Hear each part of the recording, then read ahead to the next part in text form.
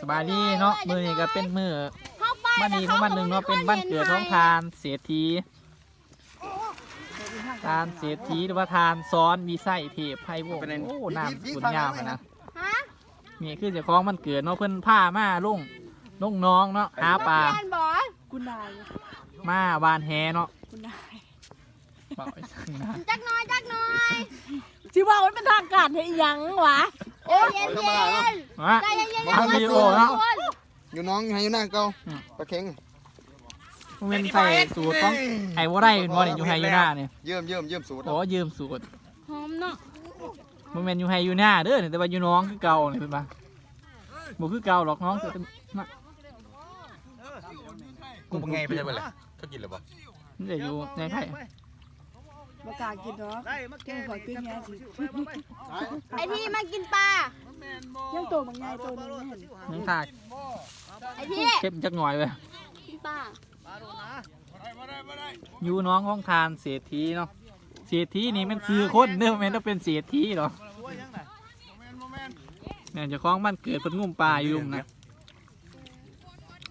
เพิ่นในส่วนไอ้หนองมาบ้านเพิ่นบ้านเกิดน้องเพิ่นบ้านดอนเสี่ยงลาเมืองจำปาสักนี่แม่นนาตายหนองนึกว่าทีมงานบ้านแฮเฮานักบ้านแฮทั้งหลายนี่หน้าตาบานแท้มองมานี่เด้อบนบานแท้ปิงปลาพี่น้องโอ้ปลาไม่พี่น้องมัวไรสองปลาสองคือเอาเจียวมาพี่นะผมนะบานแฮไม่เมื่อยจิบเบียร์เย็นๆอู้โคตรมีแห้งเพิ่นปะในบรรยากาศเลยเนี่ยจะคือสิอยู่คณะเนี่ยดอกบัวนั่นตะกี้โอ้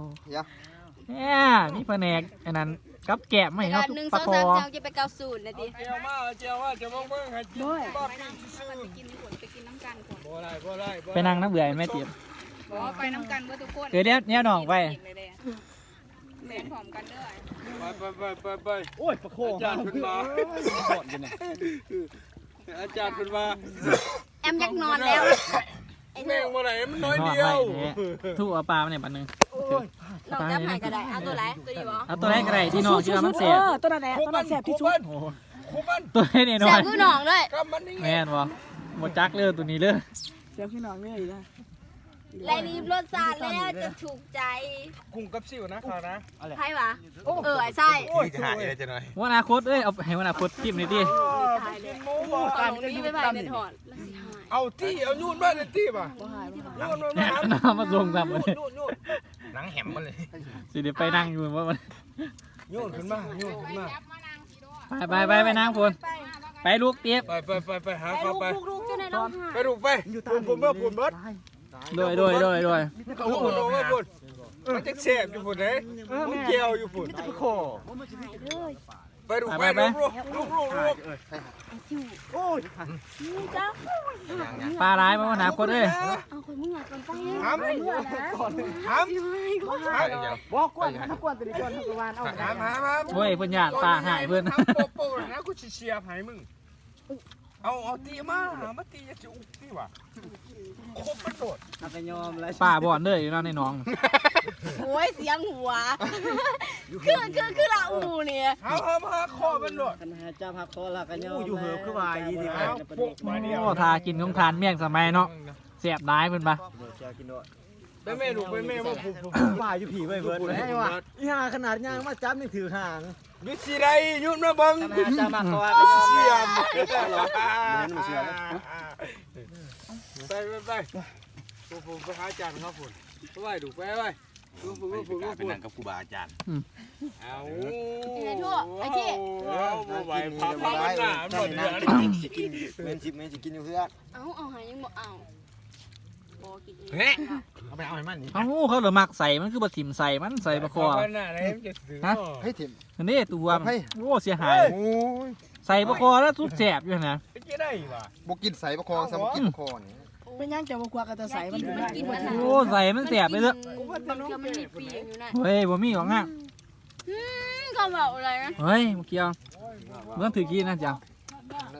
เกินได้ปากกินปี แต่ยังบ่เชื่ออยู่ มันบ่มีหรอก กินรอด เห็นแต่ละเถื่อ ไปง่ายไปพูนเนาะง่ายทับไปทั้งพูนภาคน้องเบื้องนะพูนเนาะ แย่เด้อแกเวียน ไอ้พี่เอา กำลังจะอยู่ให้อยู่ในก่อนยังบ่พอเลยอยู่ให้อยู่ในก่อนก็ ไม่คือขนาดนั้น ไปยืมก็เบาไอ้บ่ได้ไม้บ่ได้อยู่หน้าเนี่ย ยืม เฮ็ดทูดมันเมื่อกระจัน เราอยู่หัวอยู่สวนนี่ก่อนเด้อมันอยู่ให้อยู่ในดอก ไอ้ที่ โอ้ยแคมน้องแคมน้อง แก้มน้องอาหารธรรมศาสตร์ว่าเพิ่นว่าวิวเนเจอร์ กินปลาเนี้ยโอ้ยกินปลาเนี้ย แกบ่เดียวมันสิบ่ได้บ่เครื่องขู่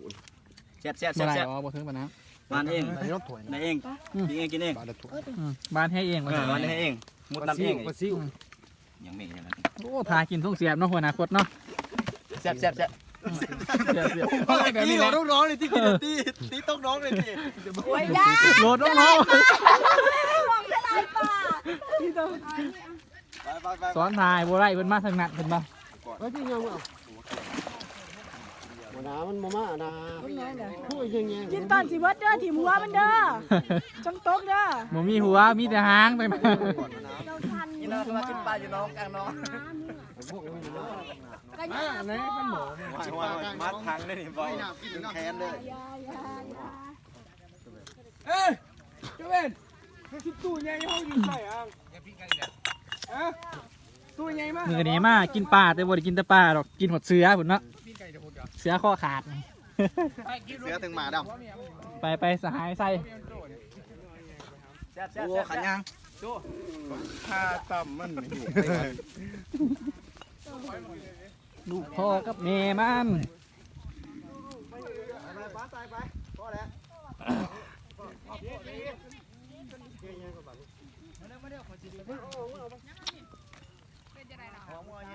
ขึ้นมาเทิงพี่เด้อพ่อเด้อบ่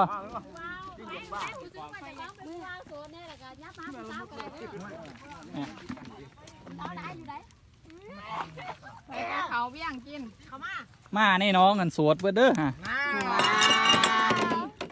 ยกเว้นผู้อะไรลูกน้องไปจัก ลูกน้องก็สวดด้วยกัน แอนบอก แม่นสวดต้อนสวด เมื่อขอยา ก็สวนได้เนาะ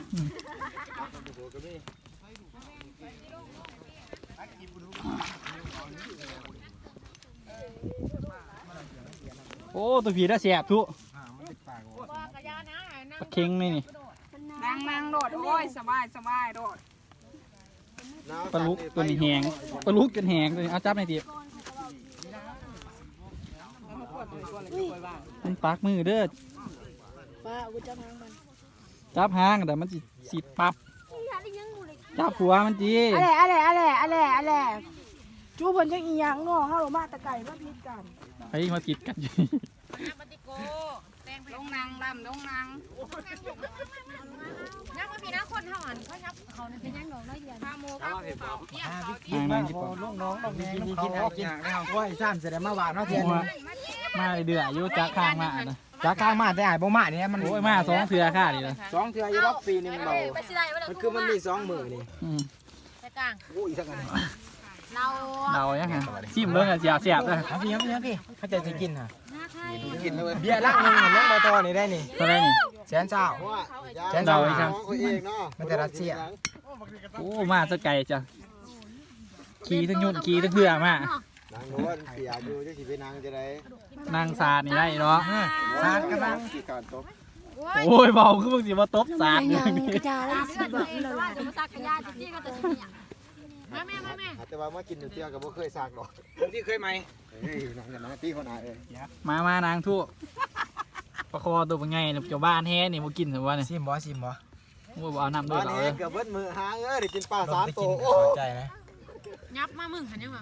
เป็นจังได๋ หอมอยู่ สไตล์แบบ แบบน้ำหอมเลยนะครับ เอายับเอาเขาเดี๋ยวเขายังได้อยู่ คือสิแซ่บอยู่ผมบ่มักกินเดา กูนะครับเนาะข่อยวินหัวกูกับเพื่อนเฮาได้เนาะ นั่งนี่ก็ถึงนั่งเป็นตัวนี้มันใหญ่ ก็ได้จะบ่มานั่งนี่พระเจ้าข่อยได้ ซุปอยู่ว่าเด้อโอ้บ่อยากปานใดเด้อตัวนี้เด้อบ่อยากซุปปานใดตัวนี้ เดี๋ยวมึงกับ กินอะไร กินเลยกิน บ่อยากซุปปานใดมอน มันบอกสู้กันได้มันมีเดือดอยู่นี่ ทางใหม่ ไปเครื่องใหม่ไปเครื่องใหม่ละไปข้างใน บ่ซุปปานใดครับตัวนี้สูงโผดบ่เนาะแม่นบ่ซุปเป็นแดงๆเนี่ย มาใส่ขึ้นมากินเบียร์นี่ ขึ้นมาบ่ได้ มาพี่ก่อนมาพี่ใช่มาพี่ใช่มาโอ้ ขึ้นมามาดวนเดาดู อยู่ไสผู้ใดเนี่ยผู้สาวเพิ่นจะคิดหาผู้สาวว่าจะสิเกิดมาเพิ่นว่า นี่แม่ผู้สาว โอ้ผู้สาวสาวเสื้อแดงไส แม่อยู่เด้อ ไสอยากเป็นเคยวะดิผู้สาวได้เนี่ย กูคือวินว่าได้ปะ สาวเสื้อแดงเนี่ย คือมันเย็นให้เรา สายฟ้า นี่นี่ไอ้ถูกอย่างนี้ดิ ว่าจะไปเอามึงอยู่กูบอกมึงว่ามีโดนขี่มากกูก็ได้บุกไปวันนี้มากหรอตายละมีคนครับ เป็นอย่างเมื่อแห้งวะอย่างเมื่อแห้งวะ เอากิน เอาเรื่องถูกชีพเมื่อหาเข้ามาคักเทียบเป็นเงินสำนันหาพันผู้ได้เจียว กูบหารขี่เราก็ไปขึ้นแพงไร มาขึ้นมาใช่ขึ้นมากินปลานี่ แต่ว่าในหยาทางมันมากไกลได้มาแต่รัดเชียผม กินปลานี้เอาไป ชิม บ่ได้กะยามัน ต้มกูต้มหนามึงก็มาได้เนาะ เบารอมันโค้งเอาเองเนาะ เดี๋ยวก็เกยเยี่ยมกันบาทนึง มา มาขึ้นมา แซ่บบ่ เห็นไหมเนี่ย โอ้ยเบาน้ำเด้อ นาบ่ได้จริงๆเกี่ยวไปต่อ มากินเดา เอาแยงมาเด็กหน่อยนี่เกลือ แกรู้แล้ว ไปอีไวไปใส่